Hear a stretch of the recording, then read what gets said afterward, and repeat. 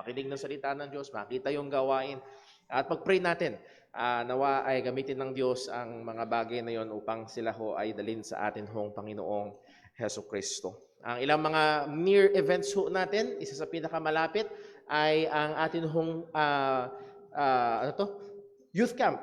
April 6 to 8 sa mahal na araw. So as last time I checked, ay merong around 10 na mga young people ang nagsabing sila ay nagnanasa na sumama sa camp. So we're waiting on others. And nawa ho ay wag gawin ng iba na huling linggo tsaka Mary po, sasama kami. O baka mamaya nung paalis na biglang humahabol sa sasakyan, sama ako. As early as now, pagdesisyonan ho at para magawan ho at maestima yung pondo na kailangan. Pag-pray ho natin yan. And please, mga young people, naghihintay lang kami na i-kick off nyo ang inyong fundraising. Pero as of now, ay wala pa rin. So please take note at sana ho ay hindi masyadong magipit. Liba na lang kung talagang kayang-kaya ng ating mga young people. So that is very, very good. Also, ang atin hong church outing at May 1. So meron tayong mga kapatiran, nagpo-forward sa atin ng ilang mga details. Nakuha ko na ho yung sagot mula sa JCBC Pandi. At dahil sa una nilang meeting, hindi naman sila naka-join sa atin and they pursue yung una nilang napag-usapan sa ibang lugar, sa Angat yung kanilang nakuhang lugar. So hindi natin sila makakatandem doon sa El Bibo na resort. So pag-pray ho natin, nakahanap pa tayo ng ibang lugar. At kinakausap ko, meron tayo ilang kapatiran kinakausap ko dahil yung marami sa kapatiran ngayon hindi pa nakasama doon sa dating pinupuntahan. Sino dito ang nakasama na doon sa Elizabeth's Private Resort? Elizabeth's. Isa? Yan yun, dalawa pa lang. So ang iniisip ko, kahit umulit tayo doon, ay wow, bago pa rin sa nakakarami. So tingnan ho natin at baka maganda na dahil I believe 6 or 7 years ago nung huling napunta doon sa Elizabeth. So baka may bago na rin sila doon sa lugar ho na yan. So pag-pray ho natin. Sa Pandi naman ho yun. At very accessible ho dito sa. So muli ho, well appreciated namin yung iba nagpo-forward. Kung meron pa ho kayong ibang nakikita o alam ng mga private resorts na pwede nating puntahan, ay para sa ating church, roughly around 80 to 100 people na makukuha natin as a package, ay tingnan ho natin yan. Okay, so yun ho ang ating mga announcements. Reminders nga ho pala sa ating mga bagong bukas na ministry. Meron tayong digital ministry, meron tayong multimedia ministry, meron tayong ushering ministry. Meron bukas ho ulit ang BTS ministry. So yung mga ka-BTS dyan, please sign up. And kami naman din ho ay nakikiusap. Pag nag-sign up ho tayo, ay please make sure na ma-update ho natin yun at makapag ho tayo ng snack doon sa break time at that said date.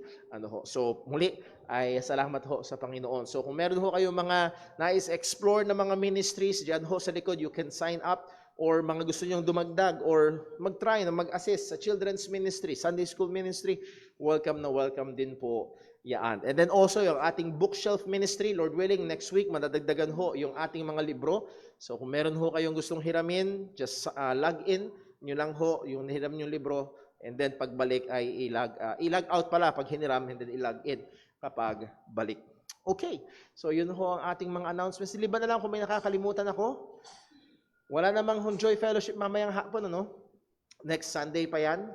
Okay, kung wala na, tayo ho ay dadako sa paghanda. By the way, hingi ho ko ng paumanhin. Kaya nung umaga ay nag-overtime si Brother Paul sa preaching, and then plus the Lord's Supper. So pasensya na ho at susikapin ho natin na maging mas maayos pagdating ho sa ating timekeeping. So I'm at fault sa bagay ho na yun. Dako ho tayo ngayon sa atin hong paghahanda sa pagsamba. Tayo ho ay dumako sa Panginoon sa panalangin. Hingin natin ng tulong, gabay ng Diyos at pagsiyasat sa atin upang tayo ay maging handa sa pagsamba sa Kanya. Let's pray.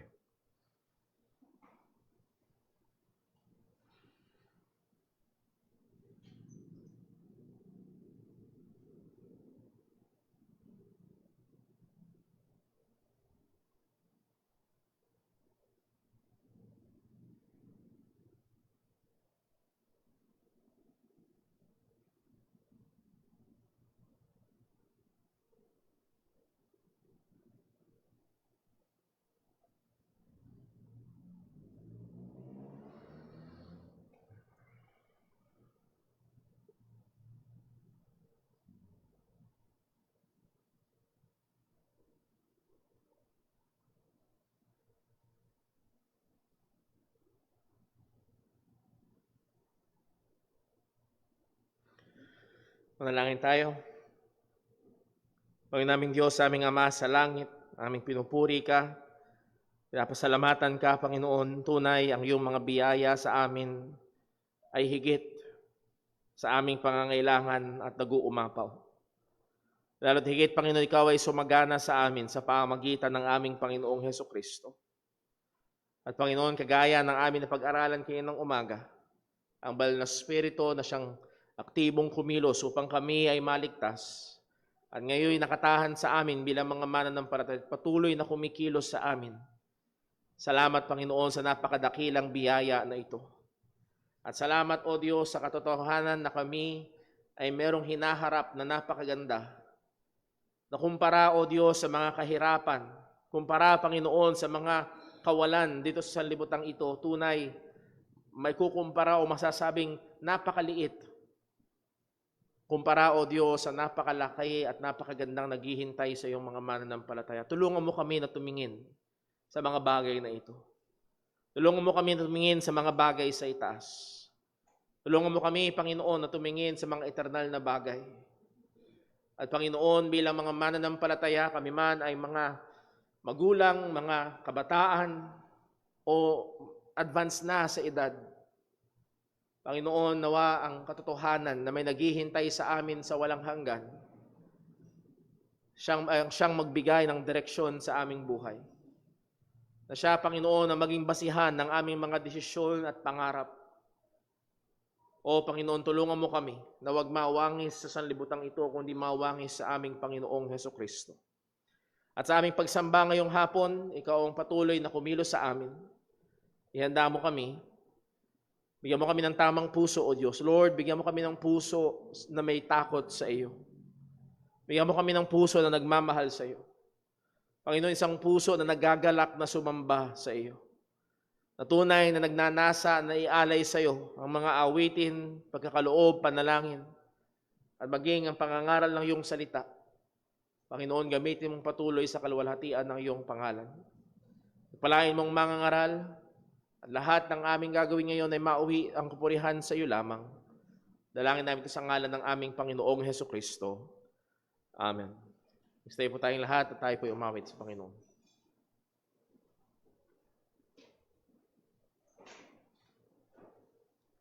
Tayo po umawit. Awitin po natin, Joy in Serving Jesus.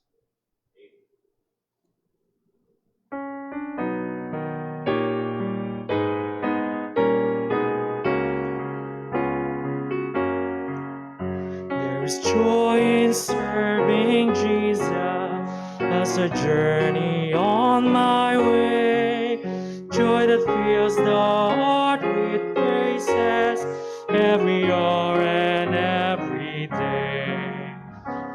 There is joy, joy, joy in serving Jesus, joy that throbs within my heart. Every moment, every hour, as I draw upon His love, there is joy, joy, joy that never shall be gone. There is joy in serving Jesus, joy that triumphs over fate, fills my soul with heaven's music, till I join the glad refrain. There is joy, joy, joy in serving Jesus, joy that throbs within my heart. Every moment, every hour, as I draw upon His love, there is joy, joy, joy that never shall be gone. There is joy in serving Jesus as I walk along with God. 'Tis the joy of Christ my Savior, who the path of suffering trod. There is joy, joy, joy in serving Jesus, joy that throbs within my heart. Every moment, every hour, as I draw upon His love, there is joy,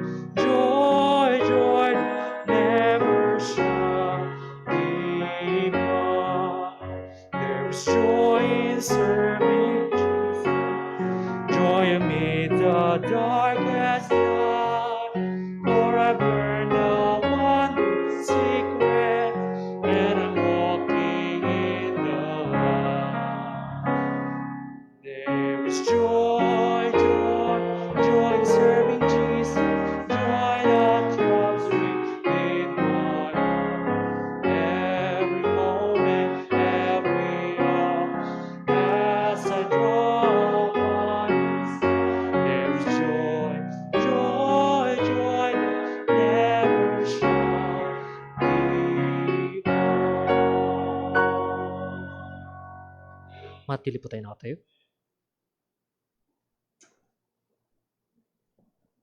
Para ho sa atin sa bayang pagbasa ng salita ng Panginoon, ito po yung magmumula sa Aklat ng Mga Gawa, Kapitulo 6, talatang 10, hanggang Kapitulo 7, talatang 1. Acts chapter 6, verse 10, hanggang chapter 7, verse 1.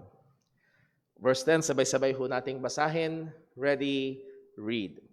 Hindi nila kayang salungatin ang karunungan at ang espiritu na nagkaloob sa Kanya ng Kanyang sinasabi. Kaya lihim nilang sinulsulan ang ilang lalaki na sabihing narinig namin siyang nagsasalita ng mga kalapastanganan laban kay Moises at laban sa Diyos. Sinulsulan din nila ang taong bayan, maging ang mga matatandang namamahala sa bayan, at ang mga tagapagturo ng kautusan. Lumapit sila kay Esteban, pagkatapos ay sinunggaban siya at dinala sa Sanhedrin. Nagharap sila ng mga sinungaling na saksi na nagsabi, walang tigil ang taong ito sa pagsasalita laban sa banal na lugar na ito at laban sa kautusan. Sapagkat narinig naming sinabi niya, naggigibain nitong si Jesus na taga Nazaret ang lugar na ito at babaguhin ang mga kaugaliang ipinamana sa atin ni Moises. Nakita ng lahat ng nakaupo sa Sanhedrin na nakatitig sa kanya na ang mukha niya ay tulad ng isang anghel. Nagtanong ang kataas-taasang pari, totoo ba ang mga ito? Pagpalain po ng Diyos ang pagkabasa ng kanyang mga salita, tayo po ay manalangin. Panginoon naming Diyos, sa aming Ama sa langit, tunay, ang iyong salita ay totoo. Ang iyong mga pangako ay totoo. Ang pagliligtas ng aming Panginoong Hesukristo ay totoo. Ang kanyang muling pagkabuhay ay totoo. Kung kaya't ang aming pananampalataya ay totoo. Salamat, Panginoon, sa mga katotohanan ito. At Panginoon, tulungan mo kami na mamuhay sang-ayon sa mga katotohanan ng iyong salita. Sapagkat sinabi mo na kami dapat ay namumuhay, hindi sa nakikita, kundi sa pananampalataya. At Panginoon, salamat sa halimbawa na meron kami sa aming kapatid na si Esteban, na sa harapan ng mga marahas na mga tao na laban sa iyo, ay nanatiling tapat at pinangaral ang iyong katotohanan. O Panginoon, samahan at tulungan mo kami, bantayan mo ang aming mga puso sa aming pagsamba. Tunay nga na maialay namin sa iyo ang aming mga sarili bilang haing buhay, banal at kalugod sa iyong harapan. Tunay nga, Panginoon, na ikaw ay karapat-dapat lamang tumanggap ng lahat ng papuri at lahat ng pasalamat. At lahat ng ito, Panginoon, at ang aming pagpapatuloy pa sa aming gawain ay iniaasa namin sa iyo. Sa ngalan ni Jesus na pong aming dalangin. Amen. Pwede po tayo magsiupo.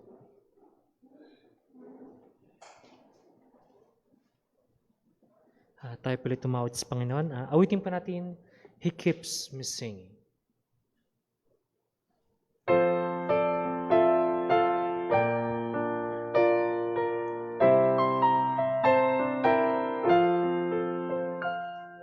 There's within my heart a melody, Jesus whispers sweet and low,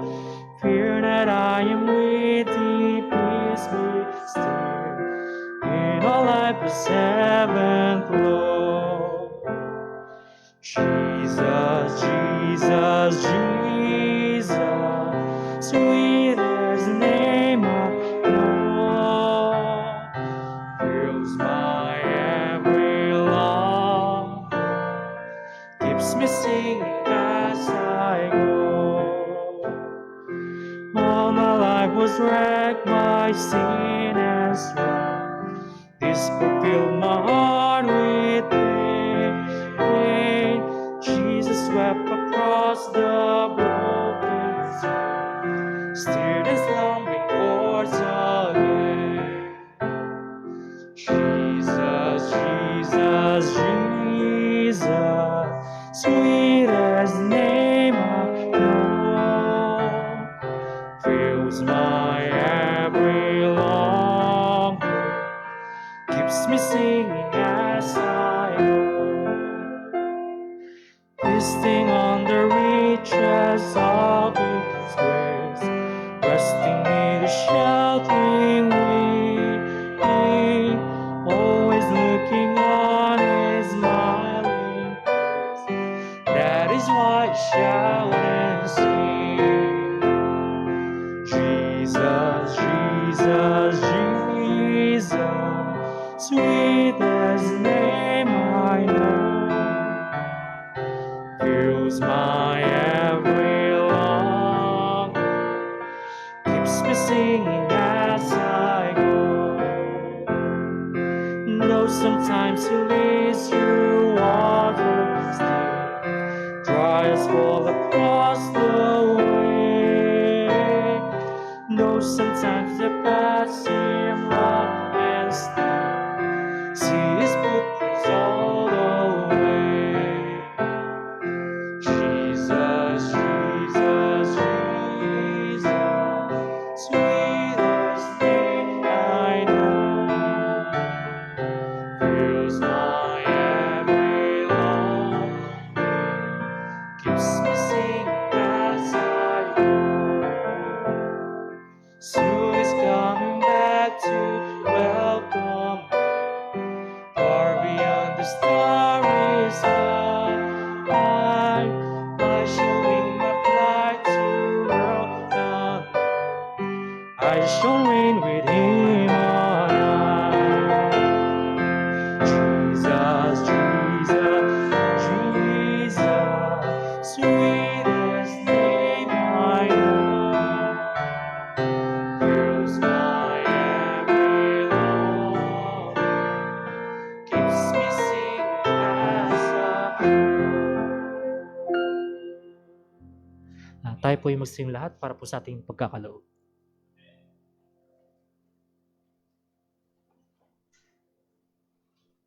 Magandang hapon po mga kapatid, para po sa ating pagbibigay.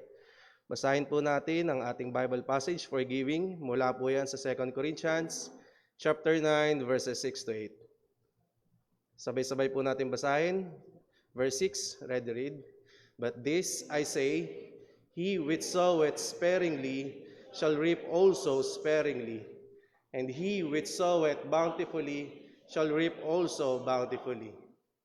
Every man according as he purposeth in his heart, so let him give, not grudgingly or of necessity, for God loveth a cheerful giver. And God is able to make all grace abound toward you, that ye, always having all sufficiency in all things, may abound to every good. Purihin ang Panginoon, manalangin po tayo. Ama naming Diyos na sa langit, Panginoon, Diyos na banal, Panginoon, Diyos na maawain, Panginoon, Diyos na mabuti, Panginoon, Diyos na magmahal. Salamat, Panginoon, sa inyo. Salamat, Panginoon, sa lakas, Panginoon, sa pagkakataon, sa oras, Panginoon, na muli pinairam niyo nga po sa amin, upang sa oras na to, Panginoon, makarating kami ng maayos, ng ligtas sa aming bahay-sambahan, upang magpuri sa inyo, magpasalamat, Panginoon, at bigyang kalwalatian ng inyong pangalan, Panginoon. Salamat, Panginoon, sa lahat, Panginoon, ng pinag-aakalod niyo po sa amin. Alam namin, Panginoon, na kailanman hindi kayo nagkulang, Panginoon. Bagamat kami, Panginoon, sa aming mga sarili, paminsan, Panginoon, kami, Panginoon, nagdududa, Panginoon.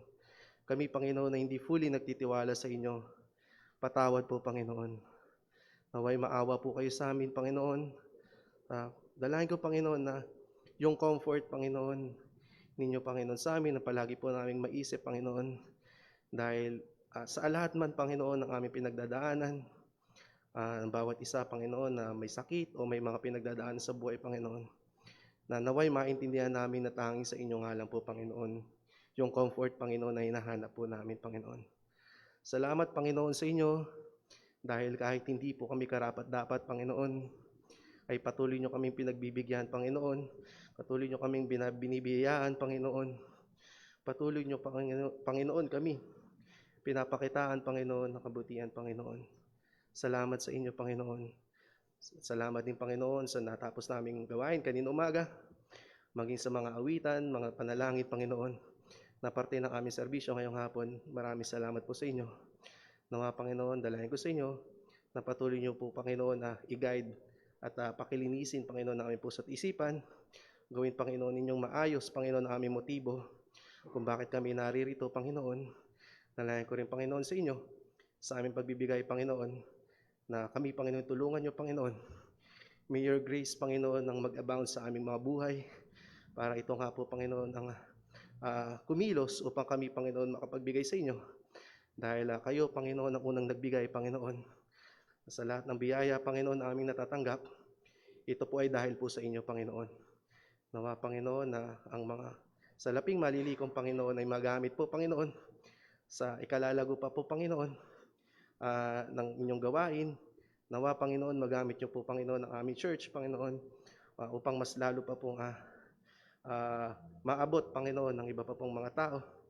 Ang inyo pong gospel, Panginoon, dalangin ko sa inyo, Panginoon, na mas lalo pa po itong lumaganap, kung di man dito, hindi lamang po dito sa Santa Maria, kundi saan man po inyo kami, Panginoon, na pwede pong gamitin, Panginoon. Dalangin ko, Panginoon, sa inyo, na maging aming magiging mensahe po mamaya. Tulungan nyo nga po, Panginoon, na aming tagapagsalita. Bigyan niyo po siya ng lakas, Panginoon, ng knowledge, wisdom, understanding, Panginoon. Nawa, Panginoon, yung katotohanan, Panginoon, ang maipahayag, Panginoon. Maging sa amin, Panginoon, mga makikinig. Dalangin ko rin, Panginoon, bigyan niyo rin po kami, Panginoon, ng wisdom, ng knowledge, upang masuri din po namin, Panginoon, yung katotohanan, Panginoon, na gusto niyo pong iparating po sa amin, Panginoon. Papasalamat kami, Panginoon, sa inyo. Nawa, Panginoon, sa bawat aming gagawin. At hanggang sa mamaya po, Panginoon, kayo ang aming maitaas, bigyan ng kaluwalhatian. Ito mo aming dalangin sa tanging pangalan ng Panginoong Hesus. Amen.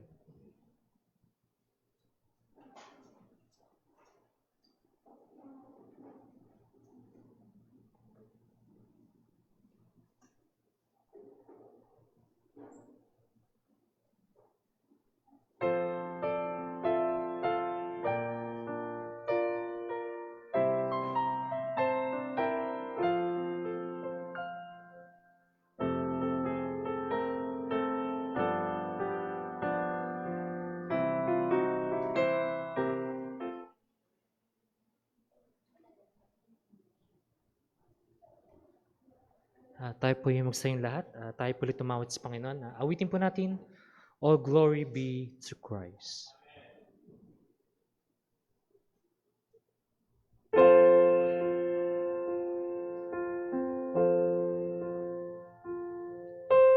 Nothing of our efforts that no legacy survive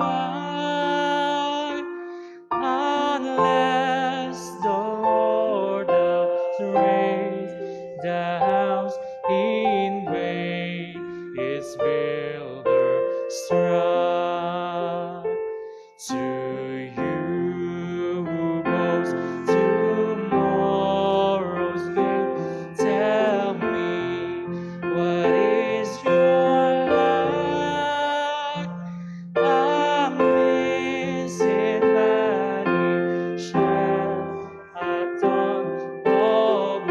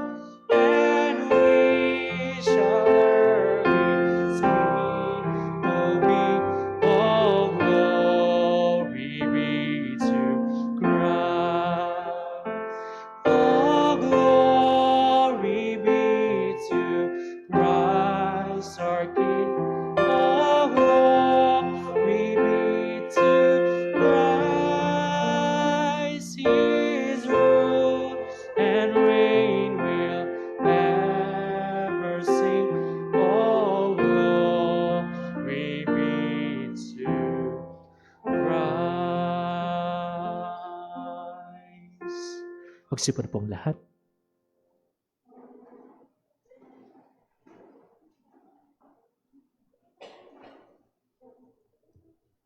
Magandang hapon po sa ating lahat.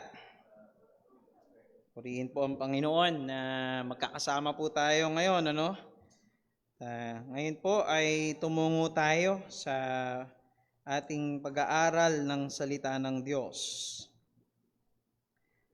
Kamakailan lamang ay nabalitaan natin ang nangyari sa isang estudyante ng Adamson University na si John Matthew Salilig. Bilang bahagi ng ritual na ginagawa ng fraternity na Tau Gamma Phi, ang mga nagnanais na mapabilang sa kanila ay dapat sumailalim muna sa tinatawag na hazing. Ngunit ito palang hazing na ito ang magiging sanhi ng pagkamatay ni Salilig. Nagsuka at nag-seizure si Salilig sa sasakyan pagkatapos ng hazing. Ngunit imbes na dalhin siya sa ospital, ay napagdesisyonan ng grupo na i-dispose na lamang ang kanyang katawan. Ngayong hapon pong ito ay bahagi ng ating pag-aaralan na meron ding namatay. Pag-aaralan natin ang pagkamatay ni Esteban o ni Stephen. Well, hindi siya namatay dahil sa palo o hazing, ngunit siya ay namatay dahil siya'y pinagbabato hanggang siya'y mamatay. Hindi siya namatay sapagkat gusto niyang mapabilang sa isang grupo, kundi dahil merong isang grupo, ang mga Hudyo, ang hindi nila matanggap ang mga katotohanan na ipinapangaral at tinitindigan ni Esteban. Alam niyo po, kung yung hazing pa lang, grabe na kasakit yon. Hindi ko po lubos maisip yung sinapit ng unang Kristiyanong martir na si Esteban sa kanyang pagtindig sa pananampalataya habang siya'y binabato hanggang siya'y mamatay. Tayo pong lahat muli ay magsitayo. Atin pong basahin ang ating pong text mula sa chapter 6 verses 11 hanggang verse number 10 hanggang chapter 7 verse number 1. Sabay-sabay po nating basahin. Ready? Read. And they were not able to resist the wisdom and the spirit by which he spake. Then he suborned men which said, We have heard him speak blasphemous words against Moses and against God. And they stirred up the people and the elders and the scribes and came upon him and caught him and brought him to the council and set up false witnesses which said, This man ceaseth not to speak blasphemous words against this holy place and the law. For we have heard him say that this Jesus of Nazareth shall destroy this place and shall change the customs which Moses delivered us. And all that sat in the council, looking steadfastly on him, saw his face as it had been the face of an angel. Verse number 1, chapter 7. Then said the high priest, Are these things so? Tayo pa'y manalangin. O Diyos naming dakila, aming Ama na makapangyarihan sa lahat, salamat po Panginoon sa iyo na kami po ay tinipon mo ngayong oras na ito sa iyong bahay-sambahan. Alam po namin Panginoon na ito'y kalooban mo na kami naririto ngayong hapong ito upang kami po ay sumamba sa iyo, magpuri sa iyo at mag-aral ng iyong mga salita, marinig ang ebanghelyo at patuloy na makilala si Kristo sa iyong mga salita.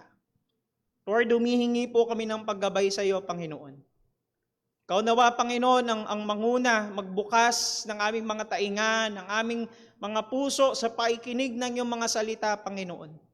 Tulungan mo kami, Lord, na ang mga salita mo ay magamit upang lalong pakabanalin ang aming mga buhay.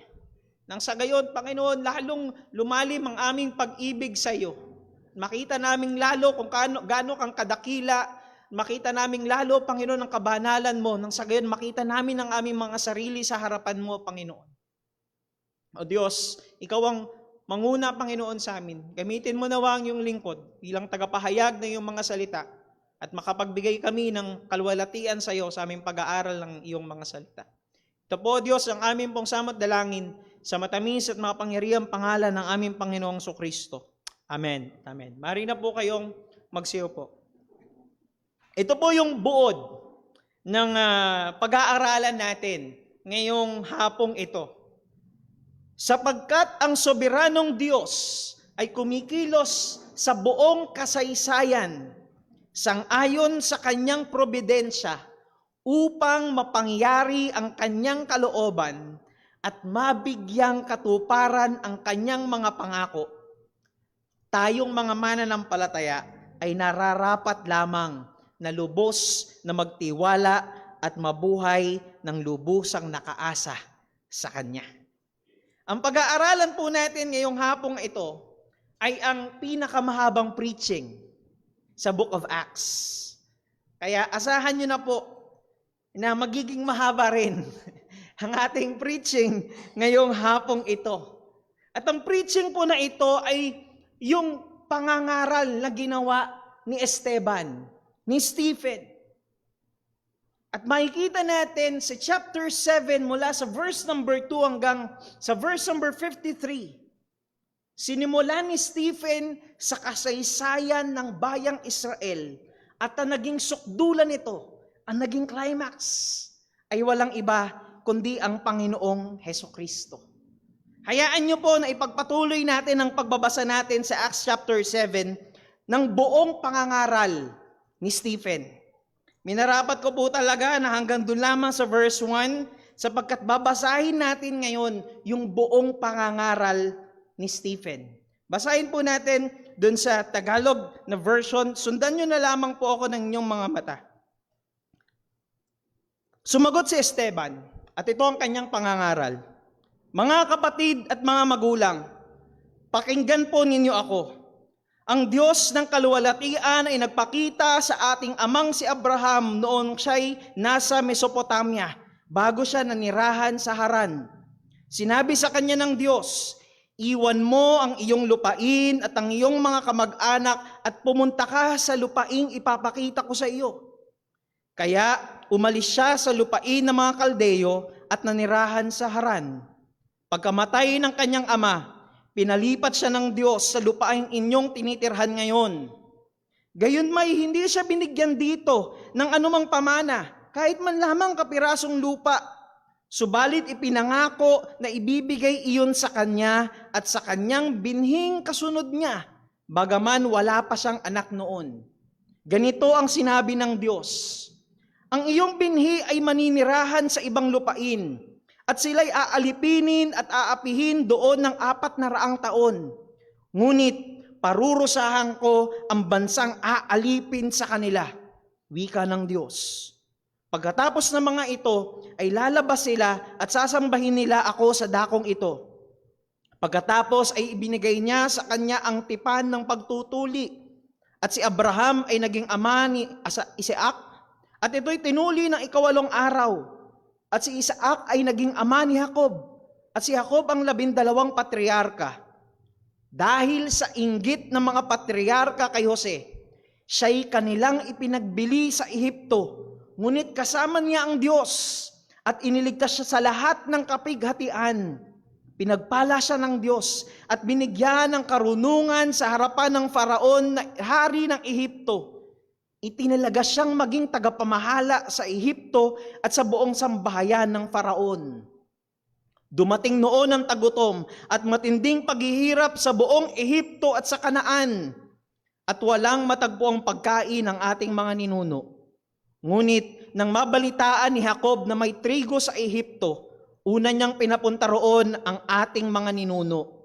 Sa ikalawang pagpunta nila ay nagpakilala si Jose sa kanyang mga kapatid at nakilala ng Faraon ang sambahayan ni Jose. Pagkatapos ay ipinasundo ni Jose ang kanyang amang si Jacob at ang lahat ng kanyang kamag-anak na 75 katao. Kaya't nagtungo si Jacob sa Ehipto. Doon siya namatay. Gayon din ang ating mga ninuno. Ibinalik nila sa Shechem at inilagay sa libingang binili ni Abraham mula sa mga anak ni Hamor. Ngunit, nang nalalapit na ang panahong ipinangako ng Diyos kay Abraham, lumago at dumami ang ating sambahayan sa Ehipto hanggang sa nagkaroon ng hari sa Ehipto na hindi nakakilala kay Jose. Dinaya at pinagsamantalahan ito ng ating lahi, pinagmalupitan ng ating mga ninuno at pinilit na itapon ng kanilang mga sanggol upang mamatay. Sa panahong iyon ay ipinanganak ni si Moises, isang batang kinalugdan ng Diyos. 3 buwan siyang inalagaan sa bahay ng kanyang ama. Nang siya'y itapon, inampon siya ng anak na babae ng Faraon. At siya'y pinalaking parang sarili niyang anak. Sinanay si Moises sa lahat ng karunungan ng mga Ehipsyo. At siya'y naging makapangyarihan sa kanyang mga salita at mga gawa.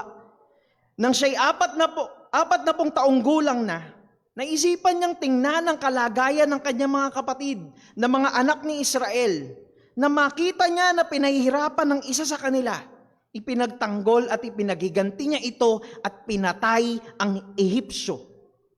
Inaakala niya noon na naunawaan ng kanyang mga kababayan na ililigtas sila ng Diyos sa pamamagitan niya.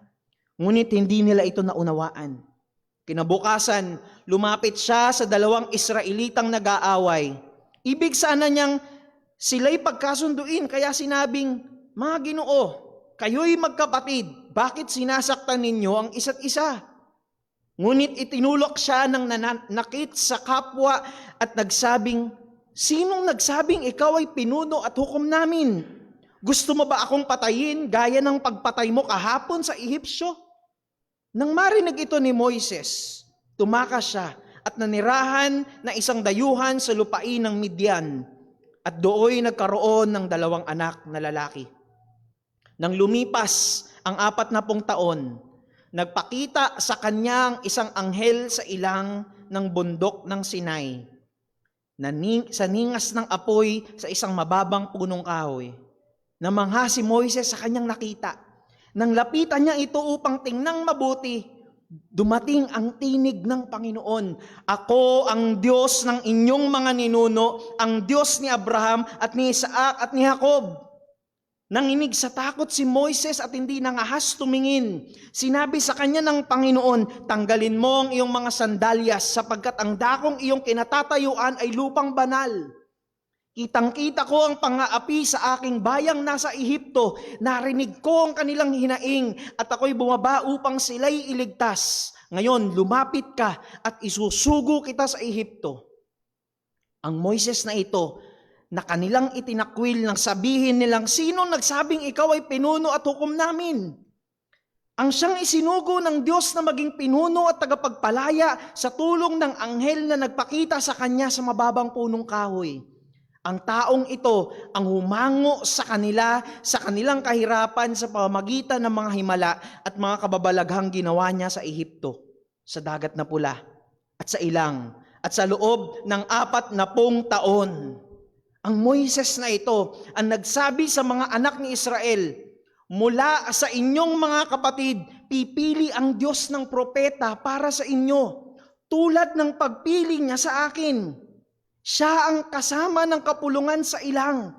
Kasama siya ng anghel na nagsalita sa kanya sa bundok ng Sinai, at kasama ng ating mga ninuno. Tumanggap siya ng mga salitang nagbibigay buhay upang ibigay sa atin. Ngunit ayaw siyang sundin ng ating mga ninuno. Sa halip, siya'y kanilang itinakwil at sa mga puso niya'y bumalik sila sa Ehipto. Nang sabihin nila kay Aaron, "Igawa mo kami ng mga Diyos na mangunguna sa amin, sapagkat hindi na namin alam ang nangyayari sa Moises na ito na naglabas sa amin sa Ehipto." Gumawa nga sila ng Diyos-Diyosan sa anyo ng isang guya. Naghandog sila sa Diyos-Diyosang ito at ipinagdiwang ang gawa ng kanilang mga kamay. Ngunit tinalikuran sila ng Diyos at pinabayaan silang sumamba sa hukbo ng kalawakan nasusulat sa aklat ng mga propeta o sambahayan ni Israel, sa akin ba kayo nag-alay ng mga hayop na pinatay at mga handog sa loob ng 40 taon sa ilang? Dinala ninyo ang tolda ni Molok at ang bituin ng Diyos ninyong si Rephan at ang mga larawang ginawa ninyo upang sambahin at itatapon ko kayo sa kabila pa ng Babylonia. Nasa ating mga ninuno sa ilang ang tolda na patotoo na ipinagawa ng Diyos na nagsalita kay Moises ayon sa huwarang kanyang nakita. Dinala rin ito ng ating mga ninuno kasama si Josue ng kanilang sakupi ng mga bansang pinalayas ng Diyos sa kanilang harapan. Nanatili ito roon hanggang sa panahon ni David. Kinalugdan ng Diyos si David at hiniling niyang makakita ng isang tahanan para sa Diyos ni Jacob. Subalit si Solomon ang nagtayo ng bahay para sa kanya. Gayunman, ang kataas-taasang Diyos ay hindi nananahan sa mga bahay na gawa ng tao. Sabi nga ng propeta, ang langit ang aking luklukan at ang lupa ang aking tungtungan. Sabi ng Panginoon, sa aki anong uri ng itatayo ninyong bahay o anong dako ang aking pahingahan? Hindi ba kamay ko ang gumawa ng lahat ng mga ito? Kayong matitigas ang ulo at mga bingi sa katotohanan, lagi kayong sumasalungat sa banal na espiritu. Kung ano ang ginawa ng inyong mga ninuno, gayon din ang ginagawa ninyo. Sino sa mga propeta ang hindi inusig ng inyong mga pinuno? Pinatay nila ang mga nagpahayag noong una tungkol sa pagdating ng matuwid, na inyo namang ipinagkanulo at ipinapatay. Tinanggap nyo ang kautusan ayon sa pangasiwa ng mga anghel, ngunit hindi ninyo ito tinupad. Ito po ang pangangaral ni Esteban. Purihin ng Diyos sa kanyang mga salita.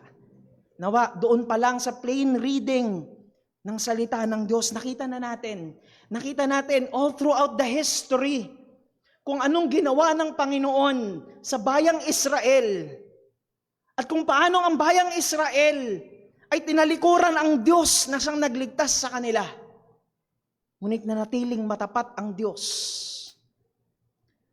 Dumating ang Panginoong Jesucristo para iligtas hindi lamang ang kanyang bayan, kundi ang lahat ng mga sumasampalataya sa Kanya. Preaching po yun ni Esteban. Siguro ay hindi ko na po kailangan mag-preach, ano? Natapos na natin yung preaching ni Stephen. Well, meron mo tayong 5 punto na pag-aaralan ngayong hapong ito. The faithfulness of God as seen in the life of Abraham, Isaac, and Jacob. Number 2, the deliverance of God through the leadership of Moses. Number 3, the rejection of God by His obedient people, Israel. Number 4, the promises of God fulfilled in Christ, the Messiah. And number 5, the glory of God as seen in the death of Stephen. Punta po tayo doon sa ating unang punto. The mercy and the faithfulness of God as seen in the life of Abraham, Isaac, and Jacob. Sa verse number 1, nakita po natin, nagtanong ang Sanhedrin. Nagtanong ang mga religious leaders, totoo ba ang mga ito? Totoo ba? Totoo ba ang paratang nila sa iyo, Stephen? Kung maalala po natin, may akusasyon laban kay Esteban sa chapter 6. Ano yun? Verses 13 to 14. Ang sabi po ng chapter 6, 13 to 14, and set up false witnesses. Naglagay sila ng mga false witness, which said, this man, Stephen, ceased not to speak blasphemous words against this holy place and the law. For we have heard him say that this Jesus of Nazareth shall destroy this place and shall change the customs which Moses delivered us. So ang paratang nila ay nagsasalita raw umano si Stephen ng blasphemy o ng kalapastanganan laban sa templo at laban sa kautusan ng Diyos. At sabi nila, ay pinapangaral ni Stephen ang Panginoong Jesucristo na kung maaalala po natin sa mga nakaraan pa nating mga pag-aaral sa Book of Acts ay pinagbawalan na ng mga religious leaders, huwag kayong mangangaral sa pangalan na iyan. Ngayon dumating sa chapter 7 rather, binigyan ng pagkakataon ng Sanhedrin si Stephen na magpaliwanag o depensahan ang kanyang sarili. At inumpisahan nga ni Stephen o ni Esteban ang kanyang depensa sa isang pangangaral sa buhay ni Abraham. Ang tanong, sino nga ba si Abraham? Well, nakita po natin sa talata ng mga binasa natin na si Abraham ay itinuturing na ama ng mga Israelita. Ngunit si Abraham, kung maaalala natin sa binasa natin kanina na pinangaral ni Stephen, si Abraham ay isang pagano. Siya isang pagano. Siya galing sa Mesopotamia at naninirahan sa lupain ng Ur. Anong ibig sabihin nito? Siya isang pagano. Ang mga taga-Mesopotamia po ay hindi sumasamba sa Diyos ng Biblia. Hindi nila kilala ang Diyos ng Biblia. At ayon sa mga pag-aaral, ang Diyos na sinasamba nila doon sa Mesopotamia, doon sa land of Ur, ay ang moon god. Moon god. Hindi nila kilala si Yahweh. Hindi nila kilala. Ibang Diyos ang kanilang kinikilala at sinasamba. At isa si Abraham doon. Isa siya roon. Ngunit mula sa Mesopotamia, mula sa pagiging isang pagano, kinausap ng Diyos si Abraham. Take note, hindi po si Abraham ang unang lumapit sa Diyos. Hindi siya ang unang lumapit sa Diyos, hindi niya nga kilala yun eh. Hindi niya kilala ang totoong Diyos. Kinausap ng Diyos si Abraham. At hinirang ng Diyos si Abraham na siya ang maging ama ng maraming bayan. Nangako ang Diyos kay Abraham na magkakaroon siya ng anak. But we know the story. Alam po natin ang problema. Si Abraham ay matanda na. Ang asawa niyang si Sarah ay siya'y baog. Wala siyang kakayahan na magdalang tao. Ngunit dahil nangako ang Diyos, ang sabi ng Biblia, Abraham believed God. Si Abraham ay nanampalataya o sumampalataya sa Diyos. At dahil tapat ang Diyos sa kanyang mga pangako, bagamat matanda na si Abraham, bagamat baog si Sarah, pero dahil soberano ang Diyos, binuksan ng Diyos ang bahay bata ni Sarah at siya'y nagdalang tao. At mula kay Sarah ay pinanganak si Isaac. At mula kay Isaac ay pinanganak si Jacob na tinatawag na Israel. At mula sa kanya nagmula ang lahat ng lahi ng buong Israel. Mga kapatid, nais ko pong makita po natin dito. Una, ang kahabagan ng Diyos. Ang kahabagan ng Diyos. Si Abraham ay isang pagano. Siya hindi sumasamba sa tunay na Diyos. Ibig sabihin nito si Abraham, 10 ng kanyang buong sambahayan, 10 ng kanyang buong pamilya, nabubuhay sila na laban sa Diyos. Nabubuhay sila sa kasalanan, nabubuhay sila ng labag sa kalooban ng tunay na Diyos. Pero mga kapatid, binisita ng Diyos si Abraham at siya'y kinahabagan. Sino ba si Abraham? Wala. Isang makasalanang sumasamba sa Diyos-Diyosan, hindi nga niya kilala ang tunay na Diyos. Hindi niya hinahanap man lang ang totoong Diyos. Siya hindi karapat-dapat. Gusto ko makita po natin ito. Siya'y kinahabagan ng Diyos. Ibibigay ko po yung tanong sa ating lahat. Sino ba tayo? Sino ba tayo para iligtas ng Diyos? Mga kapatid, hindi tayo karapat-dapat. Marami sa atin dito, nabubuhay noon, sumasamba rin tayo sa maling Diyos. Maaring si Maria, ang kinikilala nating Diyos. Maaring kilala natin si Jesus, pero yung Jesus na tao lang at hindi siya ang totoong Diyos. Hindi yun ang Jesus ng Biblia. O maaaring ilan sa atin dito, hindi man lamang kumikilala sa Diyos. Pero narito tayo ngayon. Narito tayo ngayon, iniligtas tayo ng Diyos, kinahabagan tayo ng Diyos, binihiyaan tayo ng Diyos ng buhay na kailanman ay hindi tayo magiging karapat-dapat. At tulad kay Abraham, nais ko pong ipaalala sa atin mga kapatid, niligtas tayo ng Diyos, niligtas ng Diyos si Abraham para makilala niya ang tunay na Diyos. Dahil hindi niya kilala ang tunay na Diyos. Iniligtas siya ng Diyos para makilala niya ang tunay na Diyos, para hindi na siya sumamba roon sa maling Diyos at ang tunay na Diyos ang kanyang sambahin. Gayon din naman po tayo. Bilang mga mananampalataya na nakasumpong ng biyaya ng Panginoon. Ang layunin ng Panginoon sa atin, kung bakit niya tayo kinahabagan, bagamat hindi po tayo karapat-dapat, ay walang iba kundi sambahin natin siya. Sambahin natin ang totoong Diyos. Hindi po tayo karapat-dapat sa biyaya na ito. Pero karapat-dapat ang Diyos sa ating mga papuri at sa ating pagsamba. Isang bagay pa na nais ko pong makita natin dito sa buhay ni Abraham.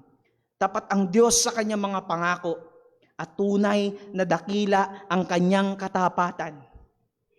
Kung alam po natin ang buhay ni Abraham, napakaraming kasalanan ang ginawa niya noon along the way. Nagsinungaling si Abraham sa hari ng Gerar. Bagamat half-truth, pero hindi niya sinabi ang buong katotohanan na asawa niya si Sarah. Hindi niya sinabi niya lang na kapatid niya si Sarah. Hindi niya asawa para mabuhay sila. Isa pa, dahil nga alam ni Abraham na si Sarah ay baog. Wala siyang kakayahan na magdalang tao. Kinuha niya si Hagar upang kanyang sipingan at doon ipinanganak si Ismael. At para sa Islam, si Ismael ang ipinangakong anak at sa lahi niya nagmula si Muhammad.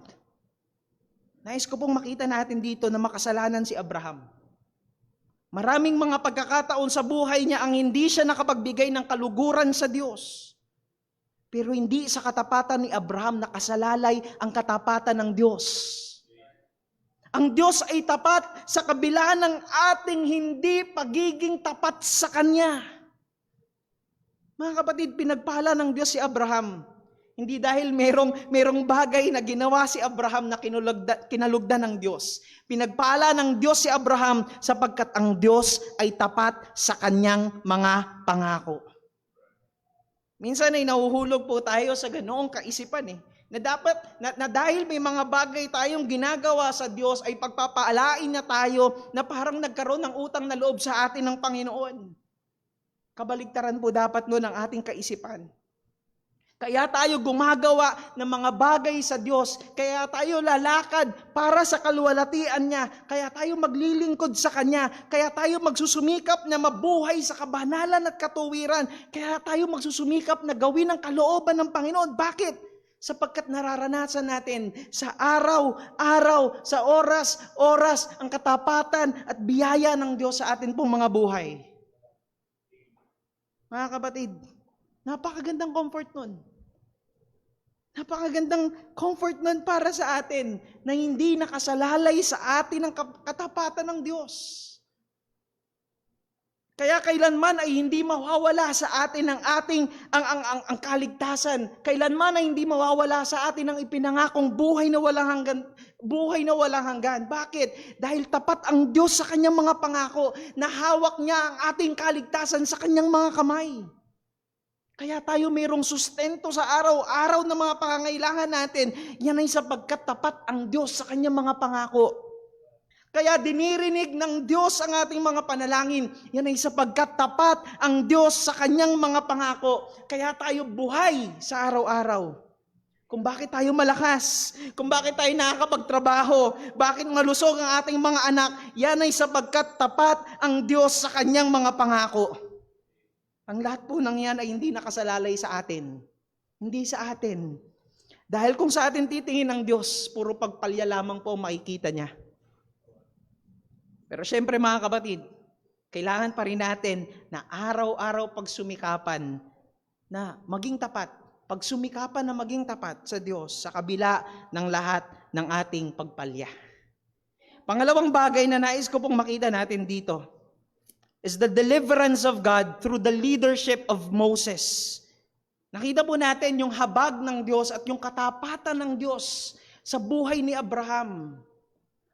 At pagdaka noon ay pinaliwanag niya kung paano nagligtas ang Diyos sa pamamagitan ni Moises. At ang sabi ng talata sa verses 6 to 7, "And God spake on this wise, that his seed should sojourn in a strange land, and that they should bring them into bondage and entreat them evil for 100 years. And the nation whom they shall be in bondage will I judge, said God. And after that shall they come forth and serve me in this place. Ito po yung prophecy. Prophecy na ang lahi ni Abraham, yung bayan na magmumula sa kanya, ang bayang Israel, ang bansang Israel, ay magiging alipin ng isang bayan sa loob ng 400 taon. At yun nga po ang bayan ng Ehipto, no? Pero bago pa man mangyari ang lahat ng ito, tingnan nyo po, bago pa mangyari yun, bago pa mangyari yung kung kailan sila aalipinin ng Ehipto, ay nangako na ang Diyos. Nangako na ang Diyos na na ililigtas niya ang kanyang bayan mula sa kanila. At pinakita na ng Diyos na ang bayan na yon ay hahatulan niya ang Ehipto. Sila ililipulin ng Diyos at ililigtas ng Diyos ang kanyang bayan mula sa kanila. At para po mangyari ang lahat ng ito, dahil ito ang kalooban ng Diyos, para mangyari ang lahat ng ito, sangayon sa kanyang providensya, ang ginamit ng Diyos ay walang iba kundi si Moises. At mula doon kay Joseph, inuna niya muna, kinonekta niya. No, kung maalala niyo po sa binasa natin kanina, mula kay Abraham, at kinonekta niya kay Joseph, kay Jose, kung saan si Jose ay naging gobernador ng Ehipto para pamunuan sila sa 7 taong tagtuyot. 7 taong famine, tagutom, o matinding paghihirap. Tumira yung mga anak ni Jacob doon, ni Israel doon sa Ehipto, hanggang sa pagdaka ng panahon, nagkaroon ng hari, nagkaroon ng bagong faraon na na hindi na nila alam ang kasaysayan at hindi na nila kilala si Jose. Dinaya at pinagsamantalahan ng faraon na ito ang mga Israelita. Dinaya niya sila at sila'y ginawang mga alipin sa loob ng 400 taon. And sabi ng verse number 20, in which time Moses was born and was exceeding fair. Ang ganda ng sinabi doon sa Tagalog, sa panahong iyon ay ipinanganak si Moises, isang batang kinalugdan ng Diyos. Take note po, bata pa lamang si Moses. Wala pa siyang ginagawang either mabuti o masama. Bagamat may kasalanan na nakatahan sa kanya, siya'y kinalugdan ng Diyos. Kinalugdan ng Diyos. Of course, hindi ko po sinasabi na ligtas na agad si Moises nung siya'y sanggol pa. Pero naroon ang katotohanan na hindi po nakasalalay sa ating mga ginagawa. Ang biyaya ng Panginoon. So hinirang po ng Diyos si Moses para sa isang layunin. Ano yun? Iligtas ang bayang Israel mula sa pagkakailipin sa Ehipto. And to make the long story short, sa pamagitan po ni Moses, ay gumawa ang Diyos ng maraming himala. 10 matitinding salot ang ipinadala ng Diyos sa Ehipto upang parusahan sila at hatulan sila sa kasalanan. Ano pang ginawa ng Diyos para sa kanila? Hinati ng Diyos ang Red Sea, ang dagat na pula, upang makadaan ang buong bayang Israel. At sinara niya ito upang lipulin ang mga humahabol na kawal ng Ehipto. Pagdating nila doon sa ilang, pagdating nila doon sa wilderness, kung saan sila namalagi paikot-ikot ng 40 taon, nagpalabas ang Diyos ng tubig mula sa mga bato. Nagpadala ang Diyos ng pugo at ng mana mula sa langit na makain nila. Sa umaga may gumagabay sa kanila at lumililim sa kanila na makapal na ulap. Sa gabi naman mayroong binibigyan sila ng liwanag na pinaiinitan sila ng naglalagablab na haligi ng apoy. Hindi lang sila basta iniligtas ng Diyos mula sa Ehipto. Sila rin ay ginabayan at sinustentuhan ng Panginoon. Mga kapatid, tulad ng kung paanong iniligtas tayo ng Diyos. At inalagaan ng Diyos ang bayang Israel. kung paano niyang iniligtas sila at inalagaan ng bayang Israel, gayon din naman po tayo na kanyang mga anak. Siya po ang ating Ama na nasa langit. Ang Diyos ang ating Ama na nasa langit. Nakikita niya po, alam ng Diyos yung ating mga pangangailangan. Siya yung sumusustento sa atin sa araw-araw. Hindi lamang po tayo iniligtas ng Diyos. Pinagkalooban niya tayo ng ating mga pangangailangan sa araw-araw, maging pisikal man, material o espiritual. Ngunit ito po ang nakakalungkot na katotohanan. Ang pangatlo, sa kabila ng lahat ng kabutihang ginawa ng Diyos sa bayang Israel, ay tinalikuran ng Israel ang Diyos. The rejection of God by His disobedient people, Israel. Anong paalala ng Diyos sa Israel? Sa Deuteronomy chapter 8, verses 7 to 11. Ito ang paalala ng Diyos sa kanila bago sila dumating doon sa lupang ipinangako. Ang paalala ng Panginoon sa kanila, verse number 7, Deuteronomy chapter 8. For the Lord thy God bringeth thee into a good land, a land of brooks and water, of fountains and depths that spring up the valleys and hills, a land of wheat and barley and vines and fig trees and pomegranates, a land of oil, olive and honey, a land wherein thou shalt eat bread without scarceness. Imagine, nandun lahat ng provision ng Panginoon. Thou shalt not lack anything in it. A land whose stones are iron, and out of whose hills thou mayest dig brass. Verse number 10, when thou hast eaten and art full, and thou shalt bless the Lord thy God for the good land which He had given thee. Paalala ng Panginoon sa verse number 11, beware that thou forget not the Lord thy God, in not keeping His commandments and His judgments and His statutes which I command thee this day. Sa lahat po ng kabutihan, sa lahat ng biyaya ng Diyos na ginagawa niya sa atin, ang paalala ng Diyos, mag-ingat tayo na huwag nating kalimutan ang Panginoon nating Diyos. Ngunit kay Moses pa lamang, katulad ng pangangaral ni Esteban, itinakwil nila si Moses. Doon pa lamang sila sa ilang. Inilagay nila sa puso nila na sana naroon na lang kami sa Ehipto. Sana hindi na kami iniligtas ni Moses. At ang ginawa nila, nagpagawa sila kay Aaron ng kanilang Diyos-Diyosan na gawa sa ginto na kanilang sasambahin. Imagine, sa kabila ng lahat ng kabutihan ng Diyos sa kanila, sa kabila ng pagsusustento at paggabay ng Diyos sa kanila doon sa ilang, ang lahat ng ito'y kanilang kinalimutan. Tinalikuran nila ang Diyos, sinuway nila ang kanyang kautusan, gumawa sila ng Diyos-Diyosan, sinamba nila yung Diyos-Diyosan na yun na kanilang ginawa at doon sila nag-alay ng kanilang mga handog. At sabi ng verse number 42 ng chapter 6 ng Acts, then God turned. Tinalikuran sila ng Diyos. At sila'y ipinatapon ng Diyos sa Babylon.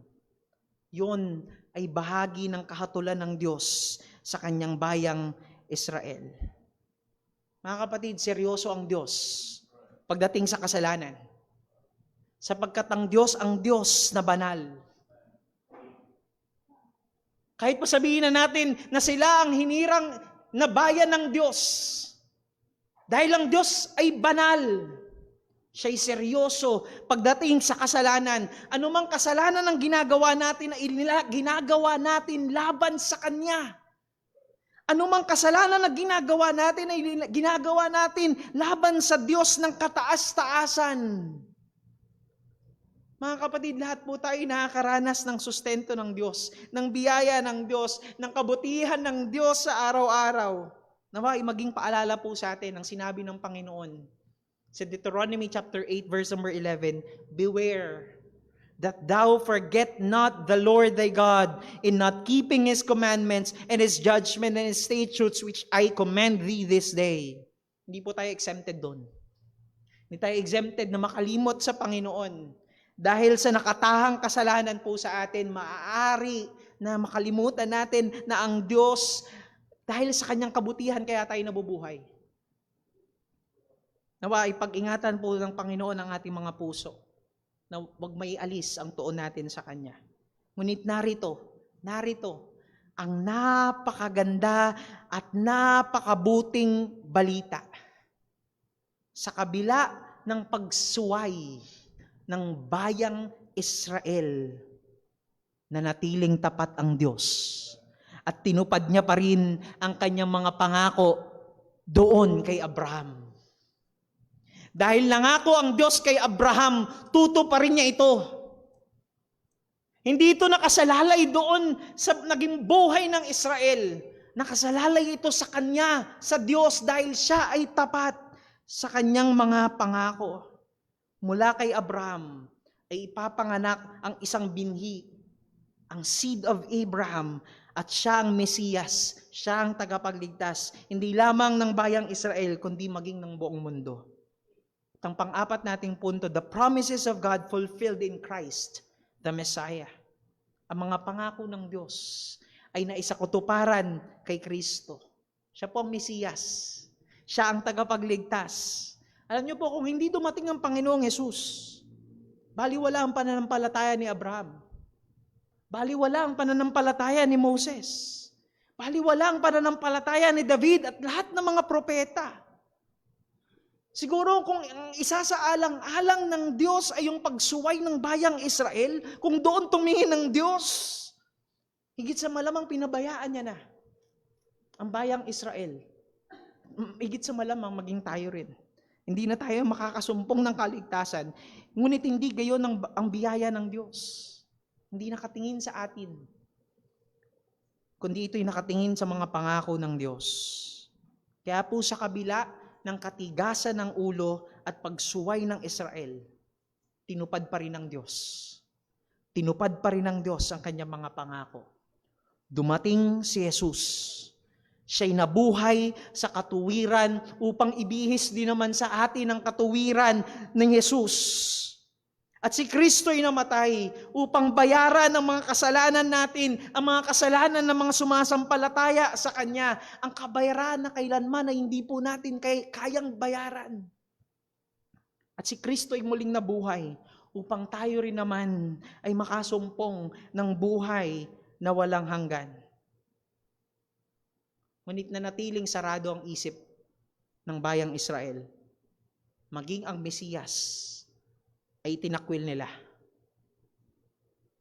Kaya't yung mga masasakit na katotohanan, ngunit mga totoong salita, ang sinabi ni Stephen sa kanila, Acts chapter 7 verses 50 to 53, doon po sa Tagalog. Hindi ba kamay ko ang gumawa ng lahat ng mga ito? Ang Diyos ang siyang nagsasalita. Kayong matitigas ang ulo at mga bingi sa katotohanan. Ang sabi ni Stephen, lagi kayong sumasalungat sa banal na spirito. Kung ano ang ginawa ng inyong mga ninuno, gayon din ang ginawa ninyo. Gayon din ang ginagawa ninyo. Sino sa mga propeta ang hindi ninyo inusig ng inyong mga pinuno? Pinatay nila ang mga nagpahayag doong una tungkol sa pagdating ng matuwid.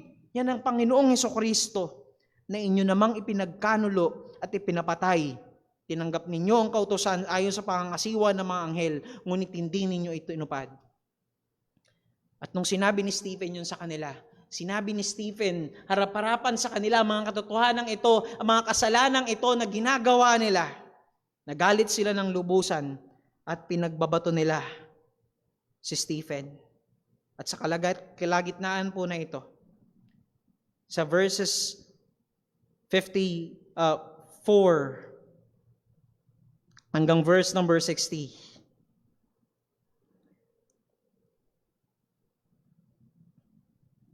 Nang marinig nila ang mga ito, nagalit sila at nagngalit ang kanilang mga ngipin laban kay Esteban.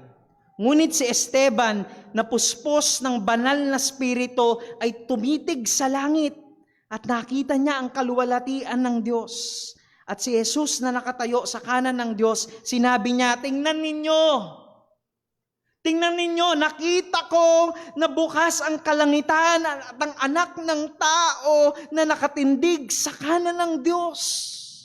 Subalit nagtakip sila ng kanilang mga tainga at nagsigawan ng malakas sa sama-samang sumugod sa kanya. Pagkatapos, siya'y kinaladkad nila palabas ng lungsod at dooy pinagbabato. Inilagay ng mga saksi ang kanilang mga damit sa paanan ng isang kabataang lalaki na ang pangalan ay Saulo, si Apostol Pablo. Habang binabato nila si Esteban, ay nananalangin siya, Panginoong Hesus, tanggapin mo po ang aking espiritu. Siya'y lumuhod at sumigaw ng malakas, Panginoon, huwag mo po silang pananagutin sa kasalanang ito. Pagkatapos nito, siya'y namatay. Siya'y namatay. Sa gitna ng kamatayan, ipinakita ng Diyos ang kanyang sarili kay Stephen. Nakita ni Stephen ang Panginoong Jesucristo na nakaluklok doon sa kanyang trono, sa kanan ng Ama. Ipinapakita ng Diyos kay Stephen na sa kabila ng kamatayan, naroon ang Panginoong Jesucristo sa kanyang trono. Siya ang hari. Ipinakita ng Panginoong Jesucristo sa kanya na siya ang soberanong hari na nasa mga kamay niya at nasa mga kamay niya ang mga pangyayaring ito. At nung makita ni Stephen ang Panginoong Jesucristo, sabi po ng mga talata, hindi siya nakaupo roon sa trono, kundi siya ay nakatindig sa kanan ng Ama. Alam niyo po, ito'y simbolo ng pag-honor, ng pagbibigay pugay, ng pagbibigay ng honor ng hari, ng Panginoong Jesucristo sa ginawang katapangan at pinakitang pananampalataya ni Stephen. Lubos na kinulugdan ng Diyos ang ipinamalas na pananampalataya ni Stephen. At pagkatapos nito, ay kinaladkad na nga siya. Kinaladkad na si Stephen at dodoy pinagbabato. Ngunit ang sabi ni Stephen 59-60, habang binabato nila si Esteban ay nanalangin siya, Panginoong Hesus, tanggapin mo po ang aking espiritu. Siya'y lumuhod at sumigaw ng malakas, Panginoon, huwag mo po silang pagpanagutin sa kasalanang ito. Pagkatapos nito ay siya'y namatay. Mga kapatid, napakaganda po. Napakaganda nung pinag-aaralan po natin sa Romans chapter 8. Sa verse number 17, if you remember, and if children, then heirs, heirs of God, and joint heirs with Christ. If so be that we suffer with Him, that we may be also glorified together. Kung tayo'y mga anak, tayo'y mga tagapagmana, tayo'y mga tagapagmana ng Diyos. Tayo'y mga tagapagmanang kasama ni Kristo. Ngunit kasama rin po doon sa ating pakikipag-isa kay Kristo. Sa ngayon sa ating pag-aaral, nakalakip po noon yung pagdurusa natin, nakasama natin ang Panginoong Jesucristo. Ano nyo po, napakagandang comfort po noon para sa atin. Na sa pagharap natin sa mga pagdurusa, mga suliranin, pagharap natin sa matitinding mga pagsubok, pagharap natin sa mga pag-uusig, at sa lahat ng ito, nakakaharapin natin. Nagdurusa tayo na kasama natin ang Panginoong Jesucristo. Kasama natin ang Panginoong Jesucristo. Di ba nakaranas na po tayo minsan na yung mga tao na hindi nauunawaan yung paghihirap natin, yung dinaranas natin na paghihirap, na yan lang ba yung pinagdadaanan mo? Ako nga ito eh. Pero hindi po ganoon ang Panginoong Jesucristo. Kasama natin siya sa ating mga pagdurusa. Hindi niya ikinumpara na mas matindi yung kanyang pagdurusa, kundi ang pagdurusa niya ay kasama sa mga pagdurusa natin. Ang pagdurusa natin ay kasama natin siya. Kasama natin ang Panginoong Jesucristo sa ating mga kabigatan. Kasama natin ang Panginoong Jesucristo katulad ni Esteban maging sa pagharap niya roon sa kamatayan. Nawa mga kapatid, sa pagharap po natin ng mga suliranin, ng mga pagdurusa, ng mga kabigatan, malagay man po tayo sa mga sitwasyon o klase ng sitwasyon na maaring malagay tayo sa bingit ng kamatayan.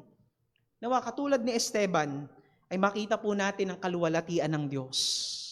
Makita natin ang kaluwalhatian ng Diyos.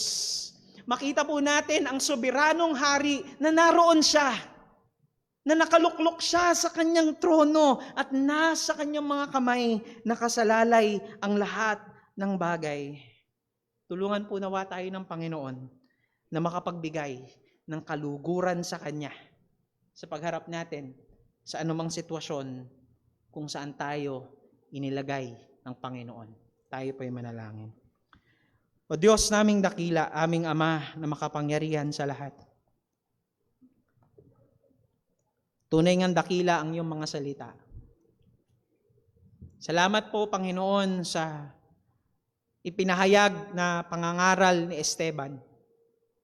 Salamat, Panginoon, na nakita po namin sa buong kasaysayan kung paano kang kumikilos, kung paanong gumagawa ang probidensya mo upang mangyari ang iyong kalooban at maisakatuparan ang iyong mga pangako. Lord, alam po namin na gayon din naman po sa amin pong mga buhay. Alam po namin, O Diyos, na ang iyong probidensya ang siyang kumikilos sa amin sa araw-araw. At nakaasa lamang po kami sa iyong kapangyarihan at paggawa at pagkilos sa amin pong mga buhay. Lord, tulungan mo po kami nawa. Tulungan mo po kami na sa kabila ng lahat ng mga biyaya at kabutihan mo at katapatan mo, kahabagan mo na amin pong nararanasan sa araw-araw, nawa, Panginoon. Tulad ng paalala mo, nawa, ay wag po naming makalimutan na ang lahat ng mga ito'y natatamasa namin dahil sa kabutihan mo sa amin, Panginoon. O Diyos, patawarin mo po kami sa napakaraming mga pagkakataon na kami pumapalya.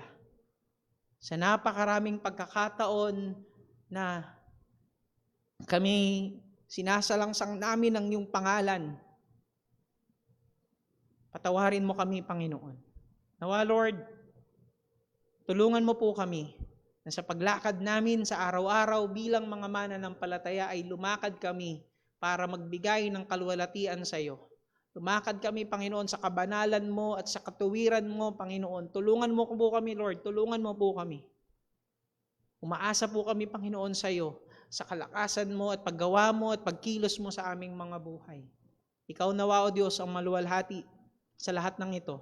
Ito po ang aming samot dalangin sa matamis at makapangyarihang pangalan ng aming Panginoong Jesucristo. Amen at amen. Tayo pong lahat ay magsitayo, ating pong awitin ang ating pangwakas na awit.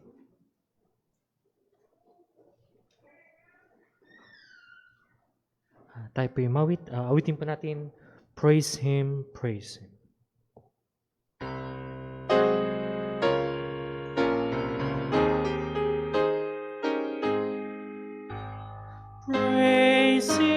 Praise Him, Jesus our blessed Redeemer. Sing, oh, earth His wonderful love proclaim. Hail Him, as archangels in glory. Strength and honor give to His holy name. Like a shepherd, Jesus will guard His children. In His arms He carries them all day long.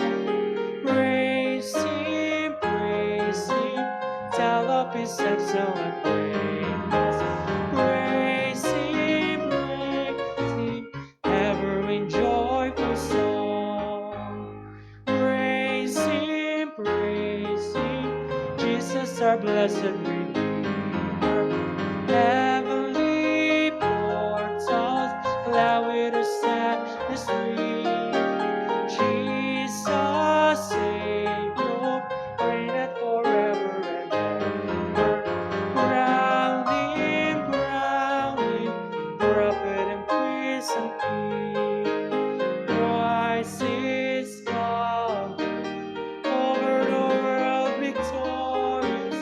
Power and glory unto the Lord belong. Praise Him, tell of His excellent greatness. Praise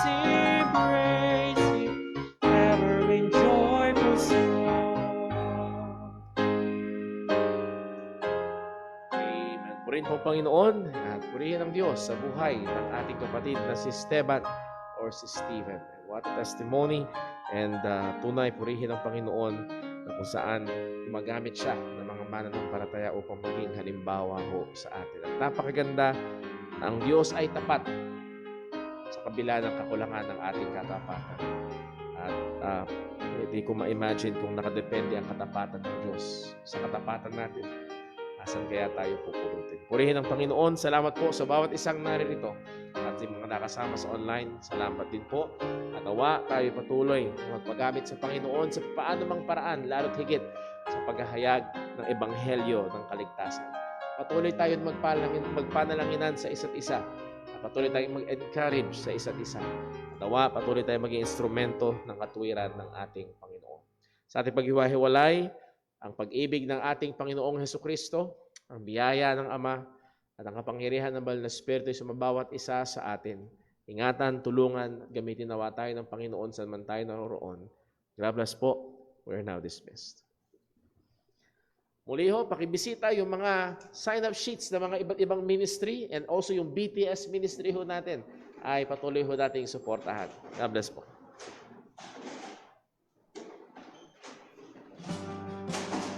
We'd like to invite you